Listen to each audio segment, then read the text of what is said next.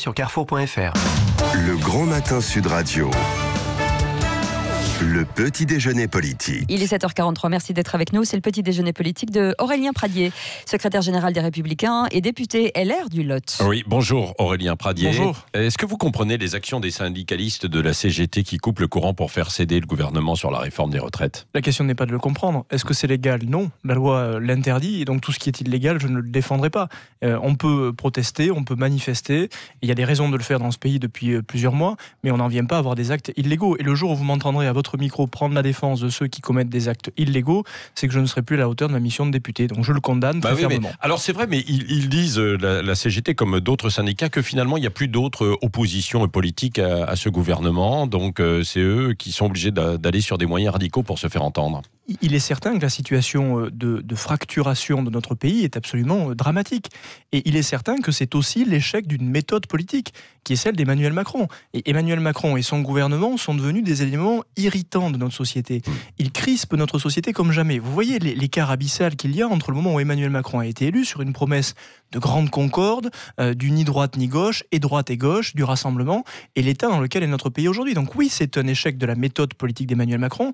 Je le combats et je le condamne. Cette forme d'arrogance, depuis le premier jour de son mandat, a laissé des traces profondes dans la société. Mais est-ce que pour autant ça justifie des actes qui sont contraires à la loi ? Évidemment que non. Et couper l'électricité, c'est contraire à la loi. Oui, alors Aurélien Pradier, est-ce que la droite que vous représentez donc, peut avoir encore véritablement son mot à dire sur cette réforme des retraites ? Âge pivot, régime universel, pénibilité, vous avez des propositions ou pas ? Oui, nous avons fait des propositions. La première chose à dire, c'est que toute cette proposition de réforme est un vaste bluff. Je le dis comme je le pense. Emmanuel Macron, avec ses petits muscles, nous a annoncé qu'il allait tout réformer. Qu'il allait réformer le système dans son financement. Aujourd'hui, on n'a pas le début du commencement d'une solution de financement du régime de retraite. Vous vous rendez compte, c'est tout à fait dingue. Dans quelques jours, nous allons à l'Assemblée nationale examiner le début du projet de loi. Ça pèse 13% du PIB, quelques plus de 300 milliards d'euros. On ne sait pas comment on les finance. Enfin, on est chez les fous. Bref, donc sur ce point-là, les Républicains, nous avons considéré qu'il fallait une mesure courageuse, qui est la mesure d'âge. Travailler plus longtemps, oui, parce qu'aujourd'hui, on vieillit plus longtemps. Mais nous avons aussi, et c'est notre rôle, fait des propositions nouvelles sur la question de la pénibilité. Moi, je suis de droite, et la droite, pour moi, est une vision juste de la société. Oui, il faut travailler plus, mais il faut des mesures d'âge. Et nous avons proposé un régime universel de pénibilité qui est très simple à comprendre. 5 ans travaillés en situation pénible. Quand vous avez été maçon, vous travaillez pendant 20 ans comme maçon. Tous les 5 ans, vous gagnez 1 an pour partir plus tôt à la retraite. Vous voyez, ça, c'est le rôle d'un parti d'opposition. Oui. S'opposer lorsqu'il c'est nécessaire, mais proposer aussi des choses nouvelles pour la société. Alors, on comprend sur les questions de pénibilité, mais ce que disent le gouvernement et puis ce que disent aussi certains patrons, c'est que c'est difficile, c'est compliqué de façon administrative de déterminer ce qu'est la pénibilité, quoi. Alors comment améliorer les choses ? C'est aujourd'hui une situation difficile. C'est pour ça que nous proposons de supprimer ce qui ne marche pas aujourd'hui, qui est le compte pénibilité. Le compte pénibilité, pour vous donner un chiffre très simple, 1 million de comptes pénibilité ouverts dans notre pays. Vous imaginez combien on a de millions de travailleurs. Ça veut dire qu'il y a des millions de travailleurs qui n'ont pas de compte pénibilité.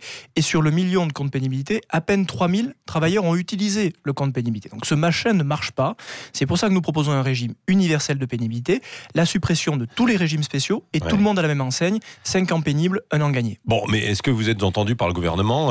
Ces propositions ont de la chance de voir le jour ou pas ? Ou alors, nous allons mener cette bataille comme je le fais. Mais comment ? Parce qu'on a l'impression que le gouvernement, de manière, il avance, il est en marche, entre guillemets, et puis il n'écoute pas grand-chose, quoi. Ce n'est pas une impression, c'est une réalité. Ce gouvernement... Donc vos propositions, vous allez les mettre sur la table et puis vous allez les repartir avec dans le Lot, c'est ça ? Si je n'avais pas le sentiment une seule seconde d'être utile, bien longtemps que je ne ferai plus de politique. Ce qui est sûr, c'est qu'avec ce gouvernement, c'est encore plus difficile. Parce que non seulement ils n'écoutent pas, mais ils ont la prétention d'avoir raison sur tout. Et vous le voyez bien, à chaque fois qu'on est en désaccord avec ce gouvernement, ou bien on est des imbéciles, la manière dont Emmanuel Macron et son équipe parlent français, comme à des gogos en permanence, ou alors c'est qu'on est de mauvaise foi. Ils n'acceptent pas qu'on puisse avoir des propositions nouvelles. Moi, je vais mener la bataille à l'Assemblée nationale, je ferai partie de la commission spéciale sur la question des retraites avec d'autres collègues députés, sujet et je vais ferrailler pendant 15 jours pour me faire entendre. Est-ce que vous seriez prêt à vous allier à l'Assemblée nationale avec d'autres partis, y compris de gauche, pour s'opposer à la réforme des retraites ? Mais nous l'avons fait lorsque c'était nécessaire. Moi, vous savez, je ne me bouche pas le nez lorsque je pense que d'autres familles politiques ont les mêmes convictions que moi. Lorsqu'il s'agit de l'intérêt général, nous pouvons le faire. Je ne me sens pas l'atome crochu avec Jean-Luc Mélenchon, évidemment, mais il y a des sujets sur lesquels nous allons mener des batailles communes, je n'en sais rien. En tous les cas, faire en sorte que le gouvernement cesse d'être aussi bluffeur sur ce sujet. Mais nous avons de vrais points de divergence. La gauche ne se soucie que très peu du financement du système de retraite. À droite, nous nous en soucions parce qu'un système pérenne est un système qui est financé. Donc nous avons des points de divergence. Ce qui est vrai, c'est que le gouvernement fait l'unanimité contre lui. Nicolas Sarkozy a parlé des chevaliers de l'Apocalypse. Un discours avant-hier, là, lors d'une cérémonie de vœux. Il demande autorité, rassemblement. Comment vous pouvez l'incarner aujourd'hui chez les Républicains ? D'abord en travaillant et en ayant une attitude d'humilité. Vous savez, nous avons essuyé chez les Républicains 3 défaites électorales considérables. On ne peut pas relever la tête comme ça en se disant qu'on a tout compris. Et voilà donc plusieurs mois que nous travaillons sur le fond. Nous avons lancé 12 forums thématiques. Ça paraît anecdotique, mais c'est majeur. Hier soir, on réunissait au siège des Républicains une centaine d'experts de tout domaine pour proposer une vision nouvelle de la société. C'est le travail qui nous amènera à retrouver la confiance des Français. Oui, mais est-ce que vous n'allez pas voir le train des présidentielles partir sans vous là ? On annonce toujours ce duel entre Emmanuel Macron, Marine Le Pen, on a vu Ségolène Royal. Est-ce qu'il y aura une force républicaine et quelqu'un pour incarner les Républicains ? Évidemment. Est-ce que vous pensez qu'on va laisser le train passer ? Non. Bah oui, mais non. alors qui ? Mais je voudrais vous dire, temps quand même de se préparer, quoi, non ? C'est 2022, on est en 2020, là, Aurélien Pradié. Une chose après l'autre. Pendant trop longtemps, la droite républicaine et tant d'autres partis ont eu la prétention de croire que c'était un homme ou une femme qui allait les sauver avant les idées. Nous travaillons sur les idées. Nous allons dans quelques mois présenter un nouveau projet de société pour les Françaises et les Français, et nous aurons une femme ou un homme pour l'incarner. Vous savez, à droite, on manque pas de talent, et je ne suis pas inquiet sur celui ou celle qui incarnera ce on l'a vu en 2017, ça manquait pas de talent à tel point qu'ils sont entretués, quoi. Mais cette fois-ci, nous avons appris de nos erreurs. Vous savez, vraiment, je le dis très sérieusement comme secrétaire général des Républicains, nous avons pris conscience que nous étions à un moment de grande responsabilité et nous agissons avec responsabilité. Oui. Aurélien Pradié, le débat sur la PMA au Sénat, la droite est un peu divisée. Vous vous situez dans quel camp ? Vous, contre ou pour la PMA pour toutes ? Mais je refuse de choisir un camp. Quelle est cette idée de la société, d'ailleurs portée par Emmanuel Macron ? Ce mot de choisir son camp, c'est le mot du préfet Lallemand à Paris. J'avais trouvé un mot détestable. La République, c'est pas choisir un camp contre l'autre. On a le droit d'avoir des différences, des nuances, des sensibilités. Et en l'occurrence, sur la question de la PMA, au sein de notre propre famille politique, il y a des sensibilités différentes. Mais ceux qui nous écoutent peuvent comprendre que sur des sujets aussi intimes, on puisse, dans une même famille, ne pas tous penser la même chose. Et comme nous ne sommes pas, à la différence d'En Marche, un parti de godillots, eh bien, nous avons une liberté d'expression. Moi, je n'ai pas voté contre, je me suis abstenu sur ce texte parce que je souhaitais voir la deuxième lecture au Sénat. Il y a des points qui me conviennent dans le texte, mais il y a des points qui ne me conviennent pas, d'où la difficulté pour moi d'avoir une position. Et je vous le dis très sereinement, sur ce sujet, j'ai douté. Et je doute encore. Je n'ai pas de certitude. Voilà pourquoi je refuse de choisir un camp. Bon, valse des préfets et sous-préfets. C'est Emmanuel Macron en personne qui s'en charge. Logique qu'il ait le dernier mot parce qu'il veut rajeunir, féminiser notamment, et puis contrôler sans doute les territoires. Que des préfets soient loyaux au gouvernement, oui, c'est très bien. Qu'on nous mette dans les départements des préfets politicards, ça me pose un problème. Ce sont des préfets politicards qui vont être nommés là. Voilà, plus de 12 ans que je suis élu dans les départements et je vois à quel point de plus en plus de représentants de l'État, alors que c'est une noble et haute mission, oublient qu'ils sont aussi représentants de l'État, c'est-à-dire de l'intérêt général, avant d'être représentants d'une faction politique, d'un groupe politique, pardonnez-moi, le mot faction n'est pas très adapté.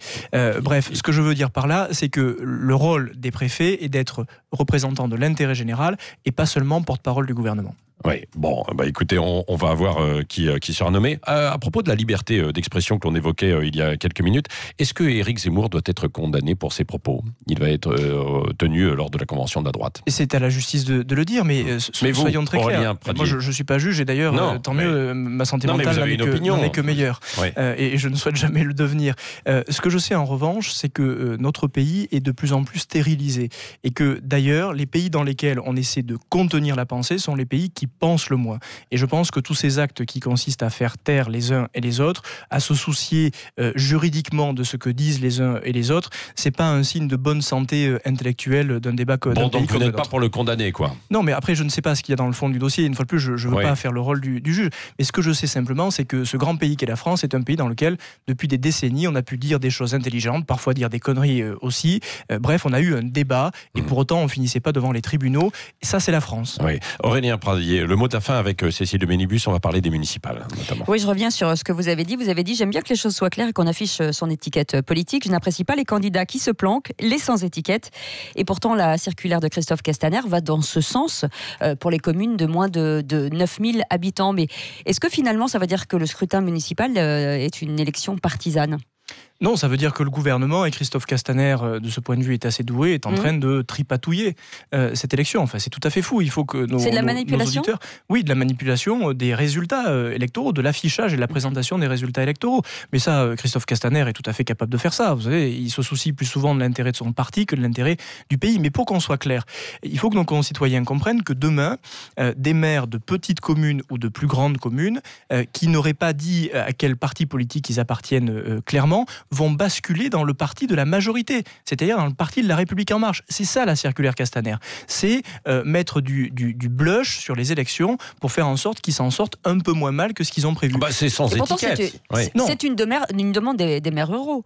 C'est une demande des maires ruraux de ne pas être identifiés politiquement contre leur gré. En revanche, ce que fait la circulaire, c'est que par défaut, elle va faire basculer des dizaines de milliers de maires dans ce qu'ils appellent le divers centre, qui ne veut absolument rien dire, et le divers centre, ils le classent comme étant des députés de la majorité. Donc ils sont en train de truquer l'affichage final des élections. C'est de la manipulation. Et bien sûr, c'est de la manipulation. Et en plus, elle est grossière. C'est ça qui est fou. Mais vous attaquez Conseil d'État ? Oui, nous avons déposé un recours hier au Conseil d'État pour que la justice tranche. Mais ce qui est fou, c'est que c'est pas nouveau. Ça a pu se faire par le passé. Mais eux, Christophe Castaner en particulier, n'est même pas capable de le faire discrètement. Ce qui est révélateur à la fois du peu d'intelligence politique du personnage, du peu de compétences du personnage, mais aussi du fait qu'il se soucie plus profondément des intérêts de son parti que des intérêts du pays. Et quand on est ministre de l'Intérieur, ce choix partisan est grave. Oui, à Paris, tous derrière Rachida Dati pour les Républicains ? Oui, parce qu'elle est aujourd'hui la mieux placée et sûrement celle qui a le meilleur tempérament pour battre Anne Hidalgo et au-delà pour porter un vrai projet pour Paris.